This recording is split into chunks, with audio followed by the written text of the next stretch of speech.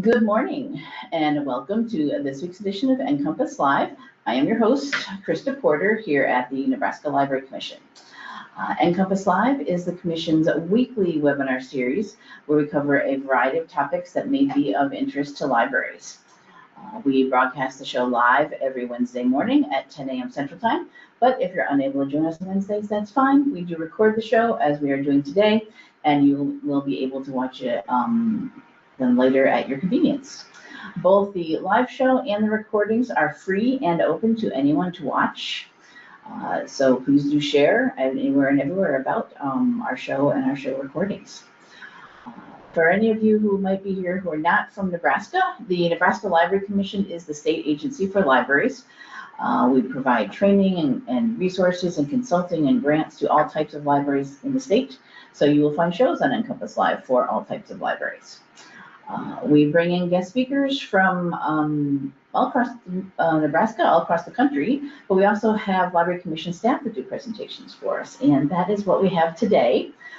Today we are talking about a new service program. What are we calling it? Program that we're going to be offering through the Nebraska Library Commission. Nebraska Literary and History Escape Room Kits. If any of you have ever done escape rooms, this is like an escape room in a box. We have Tessa, Miranda, and Bailey here, and they're going to tell us all about this program they've been doing, they've been creating for us. And I'll let you all introduce yourselves and tell us all about this new service we're going to have soon, coming soon. Sure. My name is Miranda, and I am the Marketing and Outreach Coordinator for the Talking Book and Braille service, and I also work in communications at NLC largely. Yeah. I'm Tessa Timperley. I'm the Communications Coordinator for the Nebraska Library Commission, and I also help with Center for the Book Coordination. I'm Bailey Drossik. I'm the Communications Office Specialist here at the Nebraska Library Commission. I work closely with Tessa and do a lot of social media managing. So our session here today, we're talking about a new program and set of activities that we've been working on for the Nebraska Library Commission and the Nebraska Center for the Book. So how we started this project, we applied for a grant from the Library of Congress, a Teaching with Primary Sources grant last year, to work on creating some activities that would highlight and focus on primary sources. These grants are open to anybody, and they are there for teachers, librarians, historians. The goal is for the Library of Congress. It has a huge collection of primary sources, secondary sources, and they want to teach people how to use them, how to interact with them, and even just the basics of what a primary source and secondary source actually is. So that's the main focus of these grants. And as you can imagine, that's a pretty wide open topic that you could approach to do some grant programming. And the way we wanted to go about it is to create some escape room kits that feature primary sources as the clues and puzzles and recreate a lot of historical documents that people could interact with. So that's what we did. For this grant, we created 4 different themed escape room kits. Each kit is connected to our One Book One Nebraska collection. So in the hopes that if you checked out a One Book One Nebraska book kit for your library, you read the book, you found the subject fascinating, the time period interesting, you could then check out a escape room kit as programming to do at your library to sort of expand and explore those topics even more. We focused on Nebraska literary figures, Nebraska historical events, and we use those primary sources to create puzzles and clues for these escape rooms. So like Krista said, these are not, we're not locking you in a room in the library for these. I guess that's up to the librarian who's helping facilitate the programming, but it's more like a board game or a tabletop game than a traditional escape room.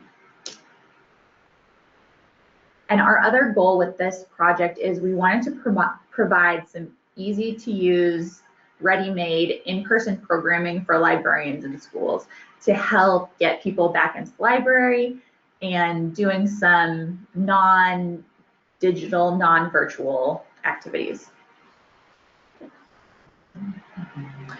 This is just a reminder, if you're not already familiar with our One Book One Nebraska program, it's been going on for over 20 years. So we have a wide selection of books in that collection. We have book club kits at the Library Commission for each and every one of these books, and the systems have book club kits for each of these books. So they're readily available for libraries and schools to check out, and that made it really easy for us to hone in on certain time periods and themes from this collection that we wanted to highlight.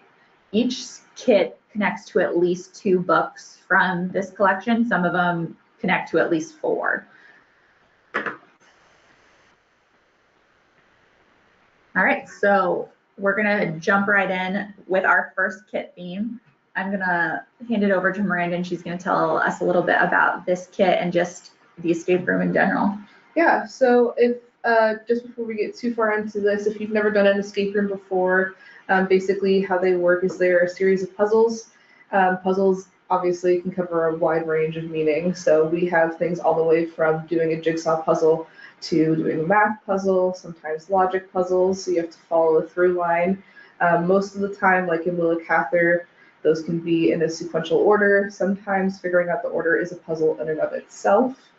But basically, you are trying to sometimes escape a room, sometimes find a missing manuscript, which is what we're doing with Willa Cather's theme.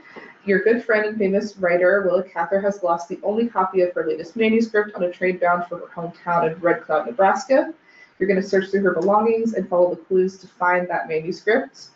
You're going to interact with some of her personal belongings, like her address book, her accounting ledger. There's even some postcards from Red Cloud itself. And these are all primary sources that we've recreated for you to be able to touch in a tactile way, which is really, really cool. Players will walk away with a glimpse into Cather's life, her body of work, and her strong Nebraska connections. So the goal is always to learn more about the theme itself. And the theme in this case is Willa Cather herself. So it's a one-person theme about her personal life, which I think is something super interesting that not a lot of people get some insight on. They usually just read a few of her books. We specifically focus on O Pioneers and My Antonia.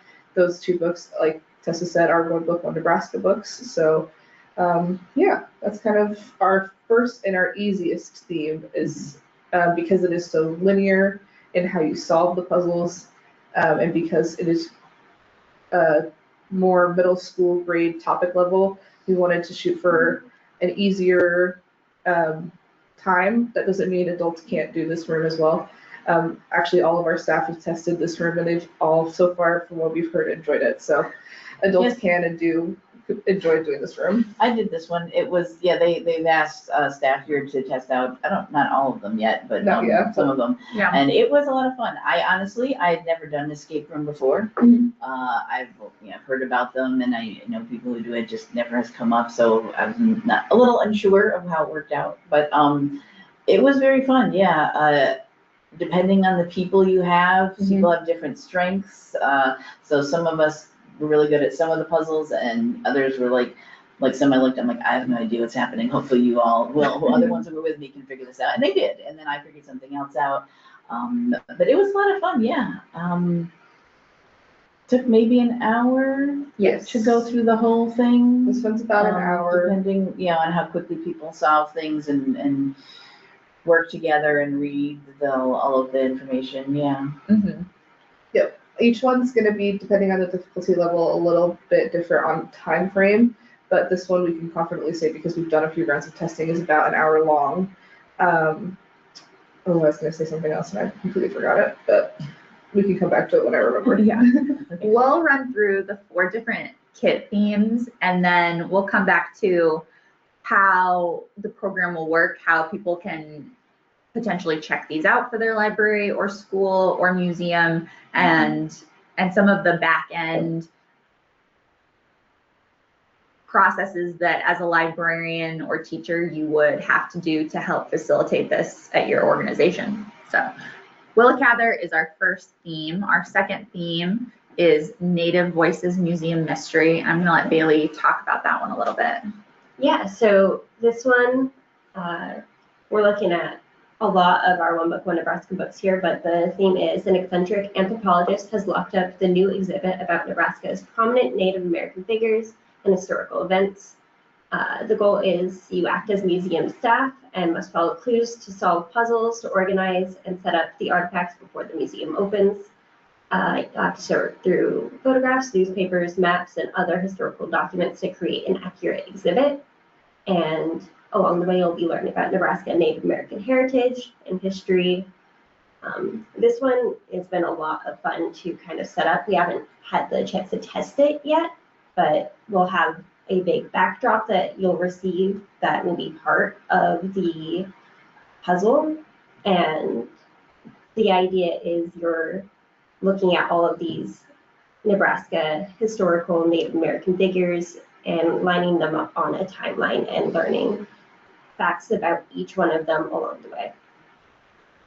Yeah, as you can imagine, this is a pretty broad topic. Yeah. So we did use our One Book One Nebraska titles to really hone in on specific Native American figures and events. So Crazy Horse by Mari Sandoz, I'm a Man about Chief Standing Bear from Joe Starita, Black Elk Speaks by John Neihart, and The Bones of Paradise by Jonas Agee are what inspired this kit. So we do focus on the themes and historical events associated with those titles just to kind of keep us on track and keep us on theme, because we could have gone so many directions with this topic that we really did need some guardrails. So that's how we picked those historical figures and events that we highlight in this kit, but it is a great companion piece to any of these books and learning about the subject matter. We also covered Susan LaFlesche Coates. Her history is incredibly inspiring, so that's something we wanted to highlight too. And the Dawes Act, which on the flip side is one of the horrible things that happened to Native American history. So we wanted to be as honest in the portrayal of history as we could, while also keeping in mind that this is information that is usually introduced at a middle school level. So keeping, we cover the Wounded Knee Massacre, keeping that to a level where middle schoolers can still engage in that information and still, to a respectful degree, is something that we really focused on here. And the thing that I remembered is that we usually recommend like 6 to 7, max 10 people do a room at a time.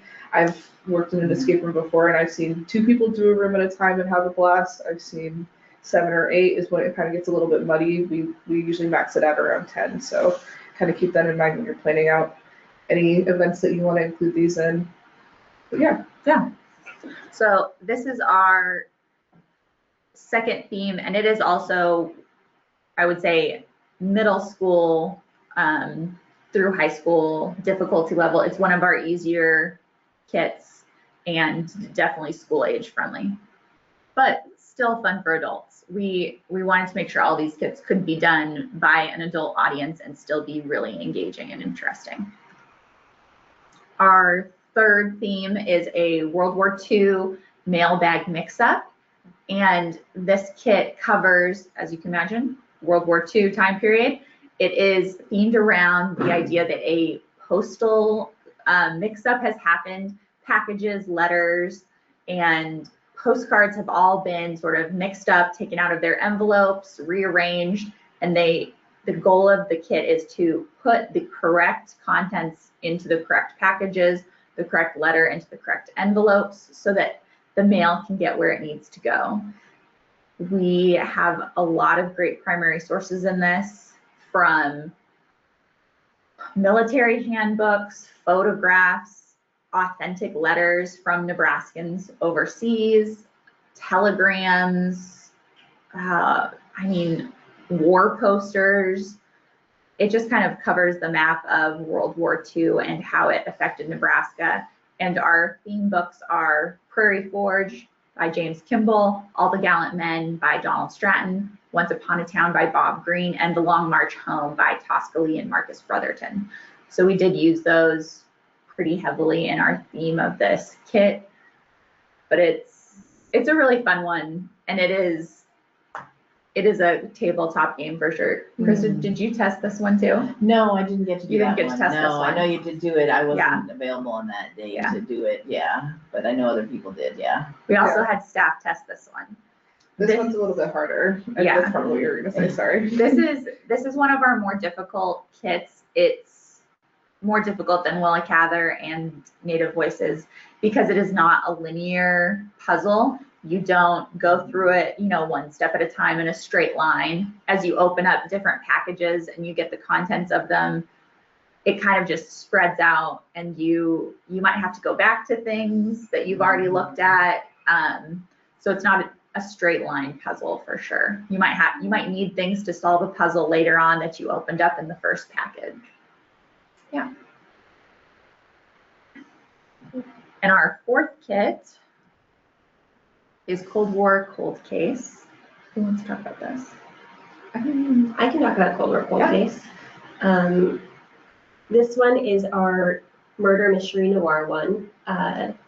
Join the open unsolved unit and dive into 3 cold cases to find out who has been committing espionage in Vietnam War era Nebraska. It's inspired by true crime, as you'll see amongst some of our One Book One Nebraska books there. This classic murder mystery escape room will have you in the detective seat. Each case file that is unlocked will reveal a little bit more of the mystery. One of the very fun things that we've included in this kit are historical mugshots that we've gotten from the Nebraska Historical Society. You can see a few of them on our little slide here, but the One Book One Nebraska books here are Dancing with the Octopus by Deborah Harding, Mystery of Hunting's Hand by, I always forget. Mignon Eberhardt. Thank you. And Death Zones and Darling Spies by, I can't read that. Beverly Debay Keever. Thank you. Yeah. This one, we've had to take a few more liberties about primary sources, using them more creatively than we've had to in other ones where there's a more direct history tie, but we've included a lot of interesting sources like the mugshots. We have some historical photos from around the time, and we're using a lot of stationery. Because we're solving crimes, we didn't want you to solve real crimes. That felt a little insensitive to us. So the crimes are made up. They are inspired by our One Book One Nebraska titles for sure, but the crimes are fake in general. So fictional crimes. But we did get to use authentic telegrams from the War Department.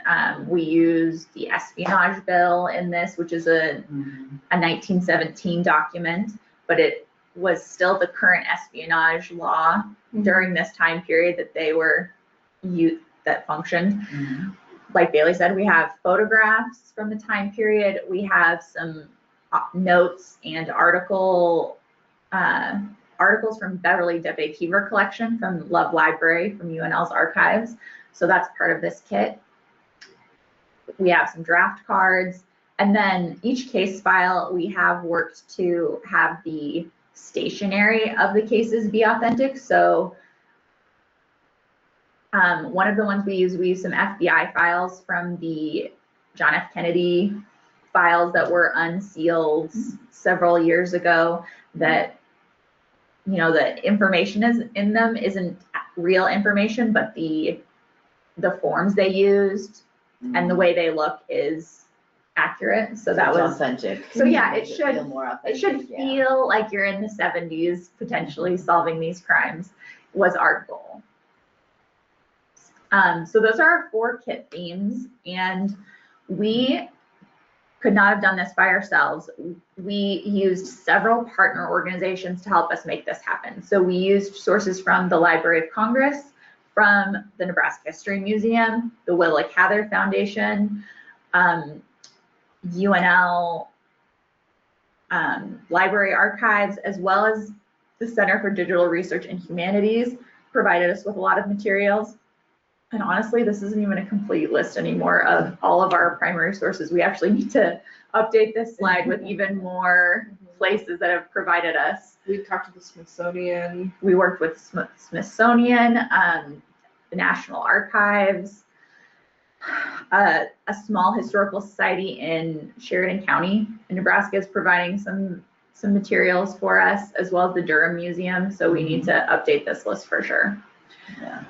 But we're gonna hop backwards and go to the Willa Cather page because we have some materials here from the Willa Cather kit, and we're gonna use that one to kind of talk about how this programming will work for your library or school or museum. Yeah.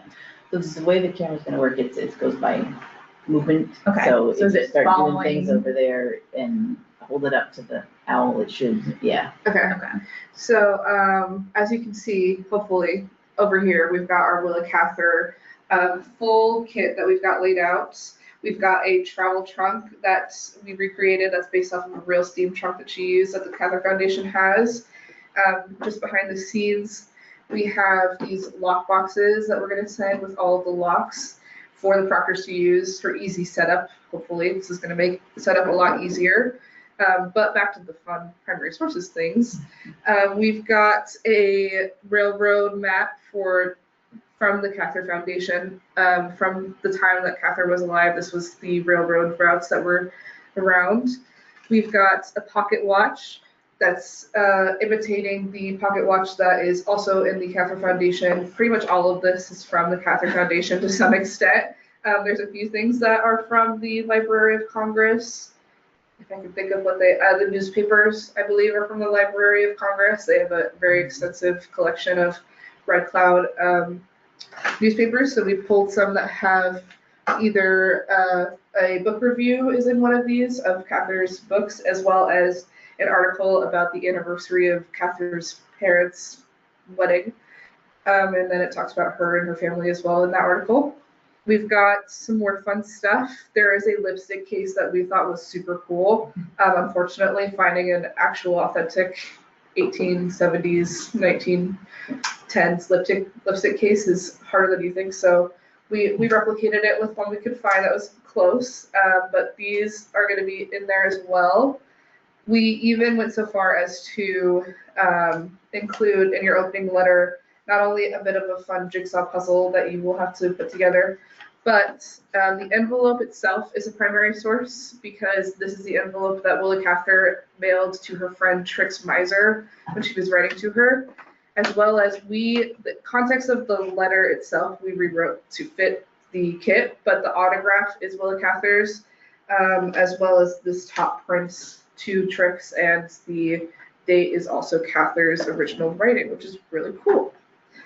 But yeah, that's most of the fun stuff. I don't want to spoil too much about what's all in here and how you're going to use it. Her passport is also in here. That's super cool. We've kind of replicated it so you can get a better view of it, make it a little bit bigger for practicality purposes.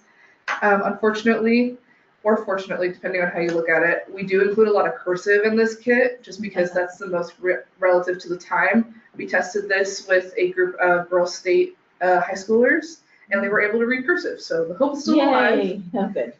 They were able to read it. Cather's handwriting herself is unfortunately not very legible, even if you can read cursive. So we have taken the liberty of recreating some of the things like this letter in a more legible font for people to read. We also have a ledger for her in the back of the My Antonia book, which is locked away in this very fun little leather book strap. Her address book itself, which we've replicated so you can hold it, which is super cool because in the Cather Foundation, when we asked for better scans of the book, they actually let us know that they had to go through and individually take pictures of every single page because the book itself is so fragile. So our partners are very cool, very fun that they were even willing to do that for us, but it's even more fun to think about how now it's in a form that people can really play with. That's kind of the goal for all of this, is that we get to make primary sources tactile and useful again in a different way. But yeah, all of the paper that we use in here is either cardstock, which will be eventually replicated or replaced with a printing company that we're working with that's local. so you have a more newspaper feel to it that's still very durable. Or it's Terra slate paper, which is a non-rippable waterproof paper, so it has more longevity. That's what this passport is made of. Unfortunately, if you were here, I'd hand these to you so you can feel it, but just know that you can't tear this at all, which is super cool. Makes things more long-lasting, hopefully. But yeah, we paid a lot of attention to detail on this. Tessa and Bailey killed it, working together, ordering everything, even down to which kind of magnifying glass. What kind of magnifying glass we get. We wanted to make sure it looks accurate to the time versus the magnifying glass we have in Noir, which is more modern because that is the 70s now in that setting. But yeah, do you guys have anything to add? Do you want to talk about the binder a bit? Yes. This binder is the absolute, I don't know, the thing you're going to want to pay attention to the most is the proctor. Basically, it's pretty thin, so it can fit within all the kits very easily, but it's got a lot of information packed inside of it. Right up front, you've got a theme description as well as a password. We'll go into that a little bit more on how that's going to work with our website, but these front page, even in and of itself, is important to keep in mind. We do have setup instructions. They're going to look a little bit different once we kind of get more progressed through how these look. Even the trunk in here is going to have some changes. We're still very much in the final details editing process of all these rooms. Once it's complete, it's going to kind of look, imagine an IKEA setup sheet. That's kind of what we're going for with this setup. It's going to be a good visual representation of how to build up and set up the rooms, because when you receive them in the mail, they're going to be very much or not in the mail necessarily, when you pick them up from your system, they're going to be packed in a way that's better for movement than for setup. So you'll have to do a little bit of setting up yourself, but don't worry, we're going to make it pretty easy for you with some visual representation of how to do that. We've got some participant instructions that you'll read out to, I'm realizing now that I'm really far away from the camera. We've got participant instructions that you're going to read out to anybody doing the room, so you can set that up really well. Basically, it's just a long form way of telling them, please don't rip anything, kind of take care of what you're working with, don't break it, use your brains, not your brawn, if you will. And then we get into the proctor's notes and clues. This part is the thing that I would say is the most important. We have a little proctor's note intro page, and then it dives right into the clues and puzzles themselves. For example, I'll point to this first one. This Dear Tricks letter. Yeah, it was focusing more on your. Oh, sorry. Yeah, that's good. Yeah, there you go, perfect. This Dear Tricks miser letter that I previously mentioned is in cursive is in print, standard print in the kit. So if anybody is struggling to read any of that writing, you can read it out from here. We also have any proctor's notes about anything. So for example, this one just says that this is a replica of the cursive letter in here. But this next one, a little bit of a sneak peek, that the first puzzle you're going to be doing in this kit is putting together a jigsaw puzzle. So you'll have the end reference sheet of what that puzzle is going to look like, as well as 1 or 2 clues, sometimes even 3, on how to help people solve that puzzle itself. Each clue, the further in you get, gets more detailed. So the first one is usually very broad, just a little bit of a nudge in the right direction. The second one is more detailed, help you get, let's say, the layout a little bit better. And then each piece of this puzzle, we have a version of the document in here, so you don't have to go, when you're giving a clue, you won't have to go digging through what they're working on. You can reference the binder on how to help them solve that clue. Towards the back of the binder. Those clues are for if they feel like they're struggling. Yes, yes. And I also, as somebody who's worked in an escape room, I'll say it's hard sometimes not to give a clue unprompted because you want to help them figure something out. But it's best as a proctor to wait for somebody to ask for a hint. Mm-hmm. That way they are able to work through things, problem solve. That's all very important in the learning process, even though sometimes it's hard to watch. But let them tell you when they've given up. Exactly. We do have a bibliography in the back. We have not only the links to every page that we found these sources on, as well as the partnering source that we worked with. But we also have a little paragraph on how we used the item in the kit. So for example, the very top one talks about what I mentioned earlier with the autograph of that letter being an authentic autograph. And then it kind of gets into more detail throughout the whole bibliography on every single source in here. Something that we're building out a little bit further in the future that we will have more details on later on is some like follow-up questions we're going to have at the end of the kits, possibly a few like learning questions about the themes that you're working on. And then we'll also have all our partnering sources broadly linked on in each kit. So for example, the Library of Congress and the Cather Foundation are the two partnering sources that we worked on for the Cather kit. Those are going to be acknowledged in the back of this binder. But yeah, this is kind of your home on where to go if you have any questions about how to run the escape room. And now I think is a good time to kind of get into the website of it all. Yeah. So the way we envision this running is similar to how a book club kit system works with the Library Commission. If you're familiar at all with checking out book club kits from us, we would like this to work similarly, except for these are not mailable kits. They're just too heavy and the shipping would be exorbitant for both us and for you to get them back to us. So this is going to be a pickup, drop off, courier sort of program that if you want to rent a kit, that's how it will be. But you will check it out for however long you want it, potentially up to a month, to have at your library to use for programming or for an event, and then you'll bring it back to the Library Commission. How we have this set up is we've partnered with the library systems. So the Library Commission here in Lincoln will have one of each of the 4 themed kits, and then each system will also have one of each of the kits to rent out.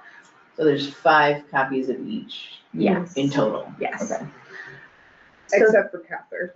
Yeah. But So that way, if you are out in Western Nebraska, you can check a kit out from the Western Library System versus having to come to Lincoln to get a kit. Or the same thing for Central Library System, Hastings, and each library system will handle checkouts and reservations for the kits internally, just the same way they do with their book club kits. So they've found a system that works for them, so we're letting them use that system. Cool. So we'll pop over. We have just started working on the website, so this is not a finished product website by any means. It's not even a live website yet. So it might see some drastic changes in the future. But what we are hoping to do with this will be a place you can come and learn about the kits as well as reserve them. It's also a place where we will have all the binder resources readily available as well. So Maria talked about links on the bibliography. We'll have a page here with all those live links so that you don't have to, manually type in a long URL. You could just click on the bibliography for each kit and see all our partner organizations and where all those primary sources came from. We'll also have a hints page, and how this will work is we'll have basic information on the public facing side of the website, and then each binder will have a password in it. And once you put in that password, you will be able to go in and see all those details about the kits, all the answers to the questions, and be able to solve problems. If for some reason, your binder is missing something or you don't have it on you at the time, you can use this as a reference service. We didn't want to make all those hints and puzzle answers public though.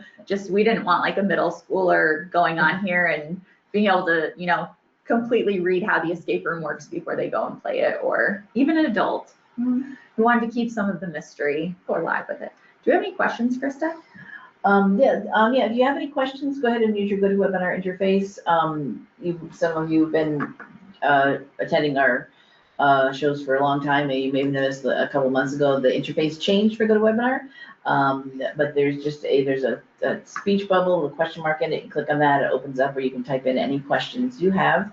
So go ahead and take them there. We did have one that came in, they wanted to know, and I think you did mention this earlier, you kind of just said now, are these kits targeted at a specific age group or can anyone play?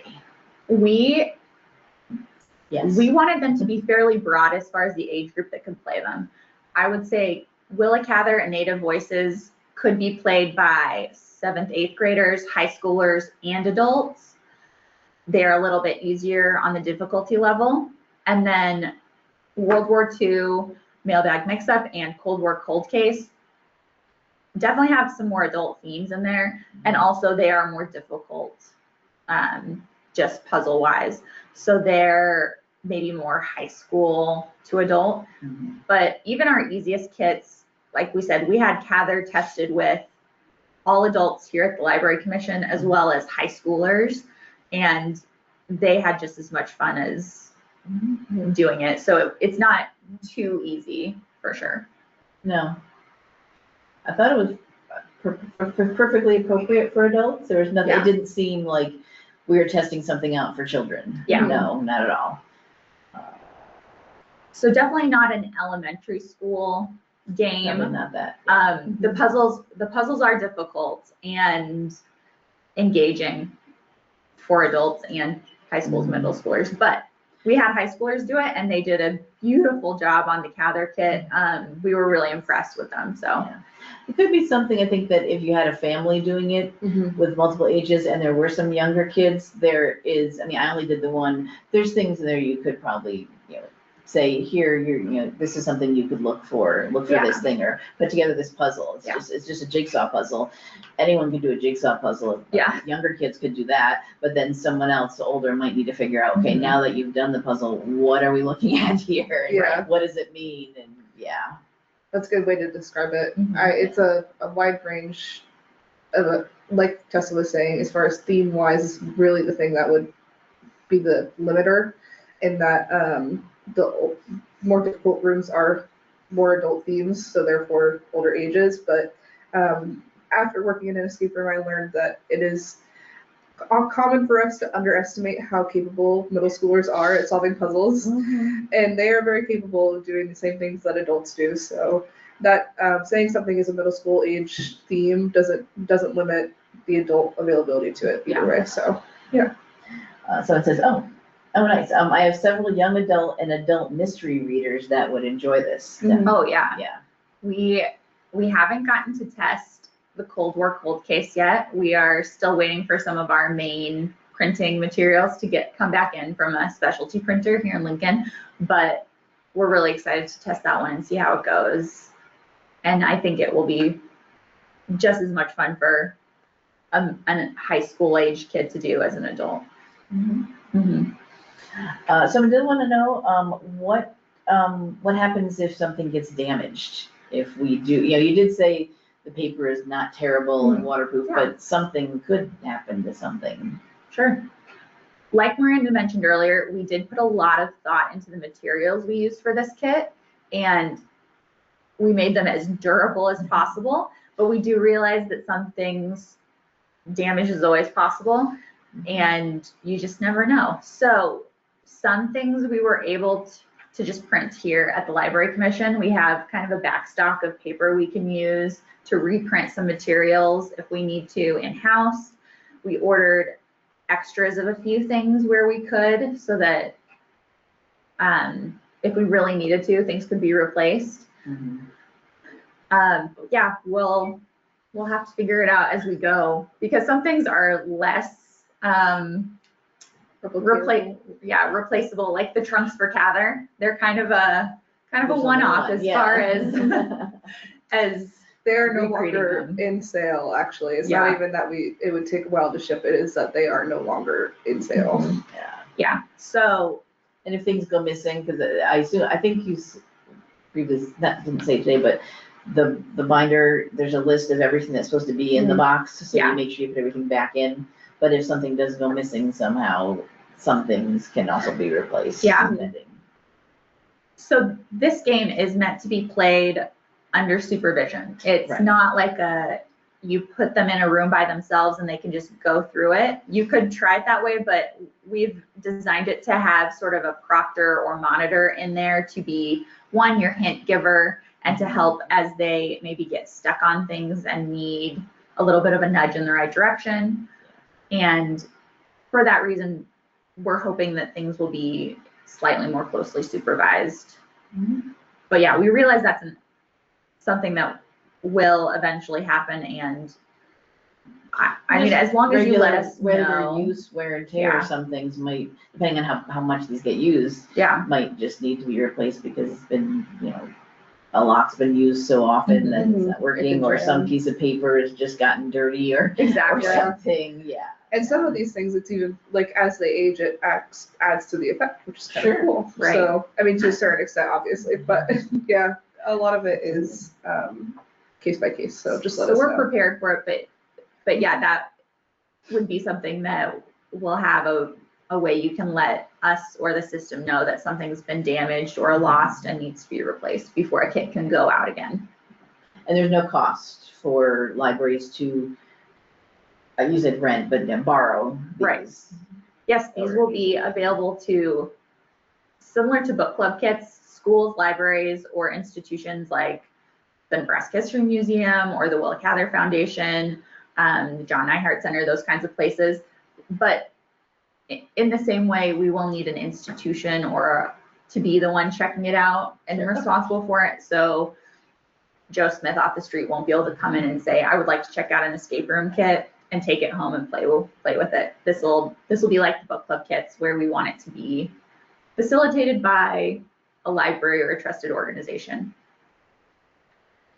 And yes, no cost. So that is also part of the pickup drop-off system that we are going to use for this, so that we can keep it as economical as possible for libraries and schools.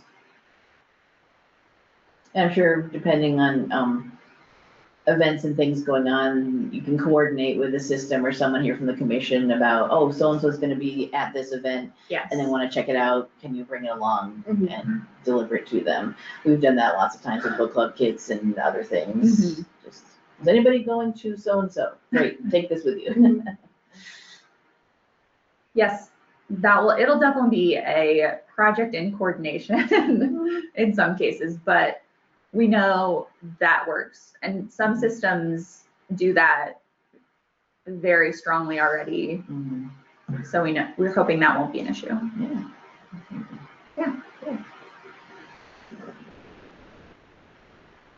Anybody else have any other, what other questions do you want to ask about these kits? Have you all done anything like this before? Anything else you want to know about how they work?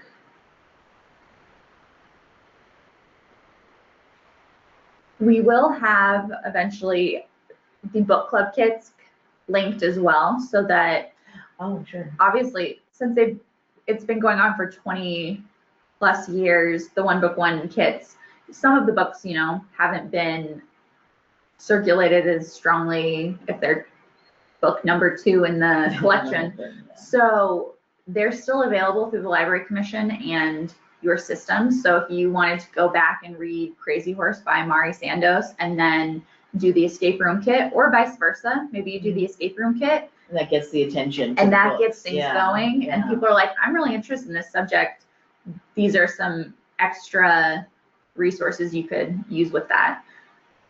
We'd also love, so if a library checks this out and, you know, maybe you go all in and you have a book display up of all your Native American books, nonfiction, fiction, that aren't even the ones just that aren't connected to this, but kind of, you did this kit and it was fun. Here's a way you can keep going on that subject and learn more, or just explore that time period more. And someone did comment, so the books aren't actually included that these are based on. Those are separate kits. They are separate kits. Book set. Yes. Yeah. But they are readily available. Yeah.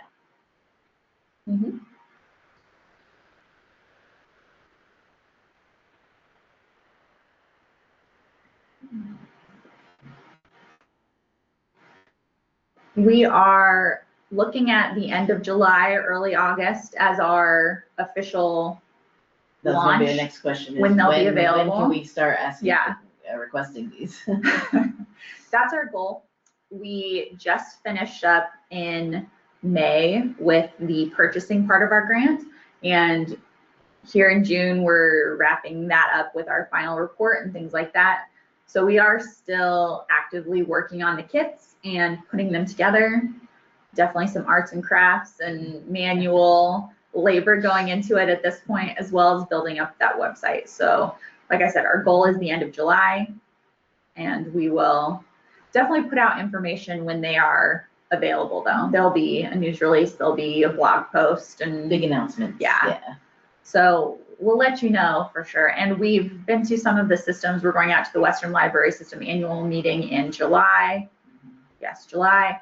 And we've gotten emails from librarians just letting us know they're interested and that they want to be on the list to know when they're ready to be reserved.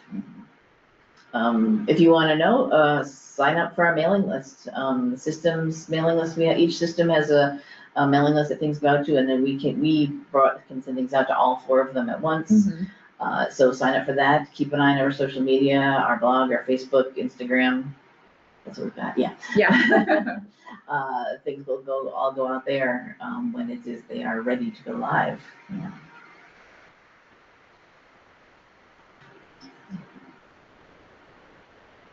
I did the same thing. I was thinking of something I was going to say or ask, and now I've totally left in my head. That's okay. We will have some user participant evaluation forms because this is a grant, and we want to know how they're being used, whether they've been useful, whether people are actually learning about primary sources from them. So it's not a requirement, but we would greatly appreciate anybody who checks out a kit to take the time to fill out an evaluation form and let us know how they're going. And just about the escape room kits in general, if they found a puzzle too difficult, if they found puzzles way too simple, if their group could not finish it, that sort of thing. Yeah. That helps us as well tinker with them a little bit. I remember I was thinking of it. You were talking about attending some of the system annual meetings. Yeah. With these. Are you going to be, are we going to have this like available to show off maybe at our booth at the NLA conference? Yes. The NLA MPL conference? I think we are doing a session, I believe, at a session. Oh, cool. At NLA for about the escape room kits. And so at that point, we should have all of them there that people could look through and learn even more about. And maybe, I don't know if you've already reached out, the youth services retreat might be somewhere to, they've got their schedules up, but to reach out to them and say, hey, can we come along and just have them set up somewhere or something? That's coming up in September. I don't know. Yeah, we'll have to look. Yeah, we'll definitely be continuing to talk about them even after they go live, and working with libraries and schools on how they're using them for programming and what works and that sort of thing. Yeah. Thank you, presenters. Sounds fun and engaging. Yes, I agree. It was.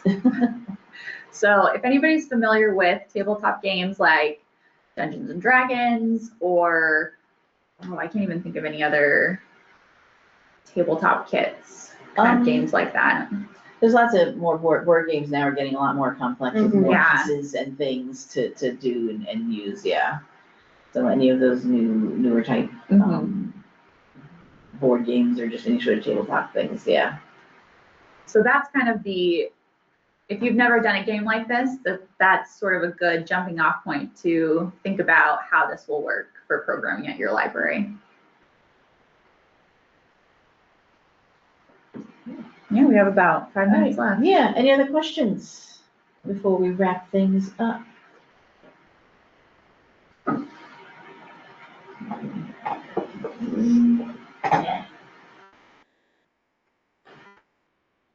Just making sure I didn't miss anything here. Doesn't look like it.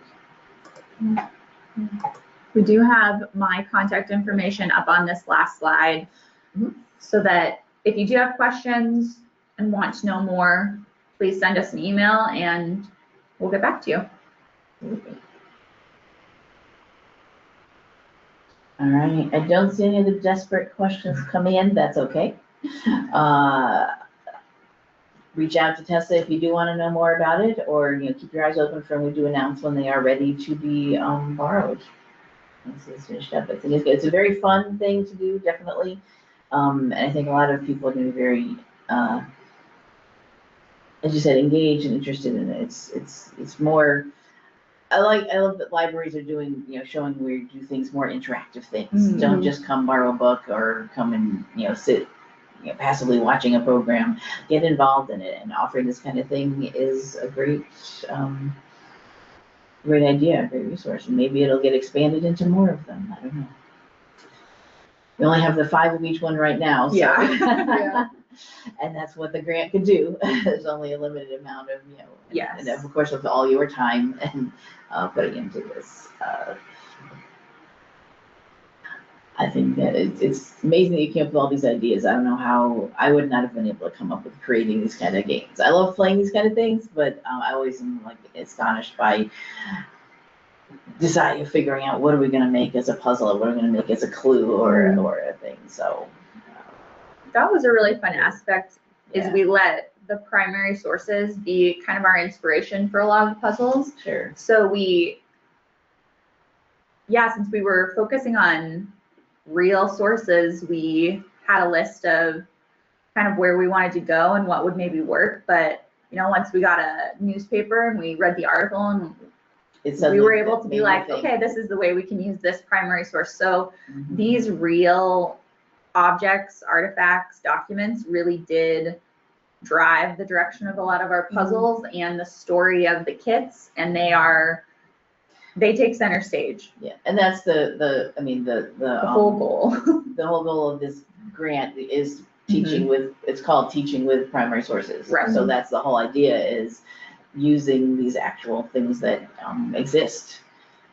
And like you said, Miranda, being able to actually get your hands on some of these is not easy because of where they're located, of course, in various museums or historical societies, and just they're if they still are, you know, if they're too fragile, you know, their condition. Right. We probably would have never been able to hold the newspaper from whatever 18-something from Willa Cather's family. I would have never thought that was even a thing, looking up her parents' wedding announcement. And especially adults, not so much, but for middle schoolers, high schoolers, they might not have any idea what a newspaper from 1910 looks like, or how it was laid out, or what the types of ads looked like in those. You can learn so much just from looking at one page of a newspaper from a different time period. Yeah, you go looking for one item on that thing and you start reading all the other stuff that's there. Yes. It's just interesting. Yeah. So there's a lot more ways you can interact with these puzzles and documents from an education standpoint than just through the escape room. And that's what we're hoping these open a door to more learning.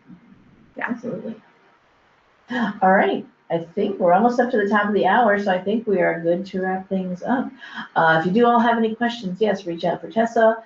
Look for the announcement when these are available to be borrowed.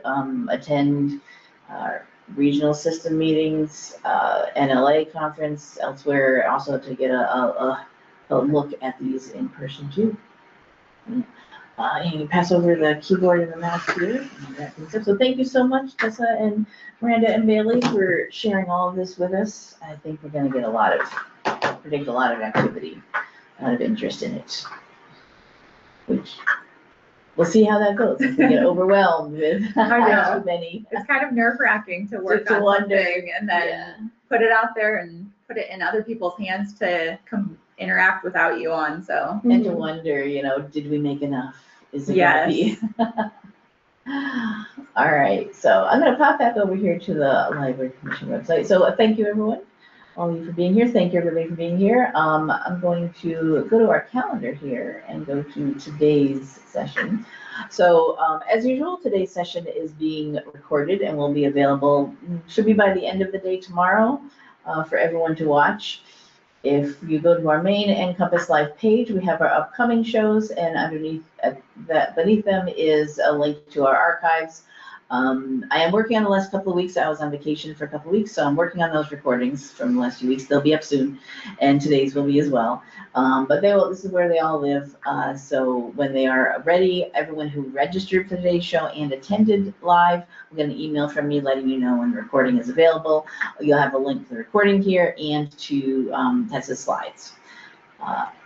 Eventually, when the website goes live, I will add that to the this page here, but not until it's ready for people actually accessing it. So we'll have that added here as well. So okay. So our upcoming shows, you'll see here, we've got a few things on here. I've got other things farther in August also scheduled that I'm going to be adding. Next week's NCompass Live, we actually had to cancel. Usually the last Wednesday of the month is Amanda Sweet, our technology innovation librarian, doing Pretty Sweet Tech, but we realized she's actually going to be on her way to ALA, the ALA conference next week. So no show next week from her, and probably be taking that week off unless I find something quick. But and I do have other things that I'm getting on the calendar, so do keep an eye on it for what other upcoming shows we may have coming up. We are doing on July 8th, which is very important. I definitely recommend signing up for this. Andrew Sherman from here at the Library Commission is going to be talking about the, new ADA guidelines, I'll say, but you've known about them for a long time. Library, as a government entities, we're supposed to be meeting these guidelines this year, but it's been extended a year. Everyone's been given, they extended the deadline for having to meet these guidelines and be in compliance. But Sherman's going to talk about that in a couple of weeks. So if you are wondering about that, concerned about that, have no idea what the heck to do, this is a session definitely to watch. So please do sign up for that and any of our other shows that as they come up on the schedule. So keep an eye on here as I add new ones. And that, thank you everybody for being with us today. Thank you everyone for joining us, and we'll see you all in a future episode of NCompass Live. Bye. Thank you.